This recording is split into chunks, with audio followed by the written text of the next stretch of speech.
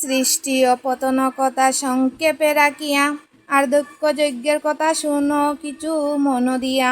ব্রহ্মার দ্বিতীয় কারা দক্ষ প্রজাপতি, আর ৬০ কন্যা হইল তার অতি রূপবতী।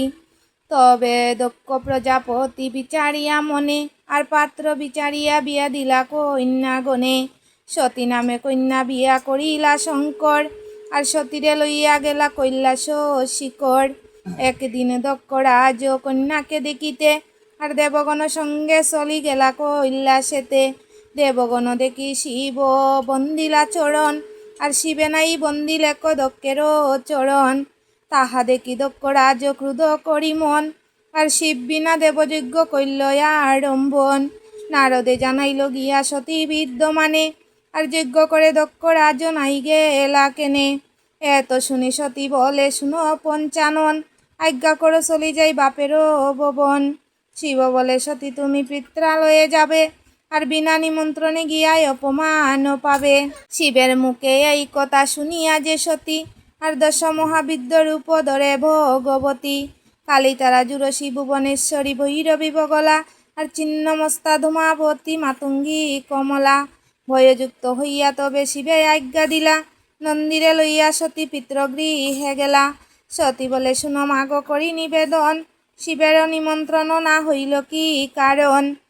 প্রসতী বলয়ে শিব দেবের নিন্দিত, আর হীন কপালী জাতি উন্মত চরিত। এই মতে মায়ের মুখে শুনি অকস্মাৎ, আর সতীর মস্তকে যেন পড়ে বজ্রাঘাত। মায়ের মুখে প্রতিনিন্দা করিয়া শ্রবণ, দক্ষ যজ্ঞ বিনাশীতে তেজিলা জীবন। এই মতে সতী প্রাণ দিলা অকস্মাৎ, নন্দী জানাইল গিয়া শিবেরও সাক্ষাৎ। সতীর মরণে শিব হইলা বিকুল, ক্রুধেতে হইলা শিব জ্বলন্ত অনল। উপকরি জটা চিরে দেব মহেশ্বর, বীরভদ্রয়াদি ভূত জন্মিলা বিস্তর। সকলের সিংহ মুখ হাতেতে ত্রিশূল, আর শিব বলে যে দক্ষর যজ্ঞ করহ নির্মল। আজ্ঞা পাইয়া ভূতগণ ধাইলা সত্তর, আর যজ্ঞ ছাড়ি মুনিগণ উঠি দিলা লর। তাহা দেখি নারায়ণ চক্র লইয়া হাতে, রক্তাক্ত করিয়া দিলা শিবেরও সাক্ষাতে। দেখিয়া ঋষিলা শিব অগ্নির সমান, ব্রহ্মাদি দেবগণ হইলাই অন্তর্দান। চক্ষু হতে অনল চুটিল অকস্মাৎ, যজ্ঞ সহিতে দক্ষ হইল ভস্মসাৎ। দক্ষ যজ্ঞ ভস্ম করি দেব মহেশ্বর, আর মরা সতী লইয়া শিব কান্দিলা বিস্তর।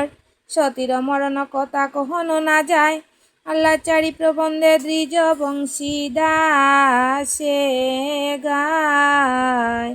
ওরে বংশী দাসে গায়।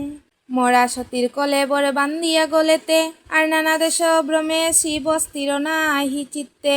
তাহা দেখি নারায়ণ বজ্রকীট হইয়া, খণ্ড খণ্ড করি ফেলে অঙ্গে প্রবেশিয়া। সতীর মাতার কেশ পড়িলে কজতা, আর কাশী নামে তীর্থ হইল বৈষয়ে দেবতা। এই মতে কান্নয় অঙ্গ পড়ে যে যে স্থানে, আর দেবের দুর্লভ তীর্থ হইল সেই কানে। তাহার প্রমাণ দেখ বিন্দ পর্বতে, কামাখ্যা সুন্দরী তথা আছে শাস্ত্র মতে। দক্ষের কুমার সতী শরীর ছাড়িয়া, শিবের অঙ্গেতে রইলা একই অঙ্গ হইয়া। তারকায় অসুরে পাইয়া মহাদেবের বর, আর স্বর্গমর্ত পাতাল জিনিয়া পুরন্দর। দেবগণের দুঃখ দেখি দেবী ভগবতী, আর হিমালয়ের গড়ে জন্ম লইলা পার্বতী। ওরে লইলা যে পার্বতী।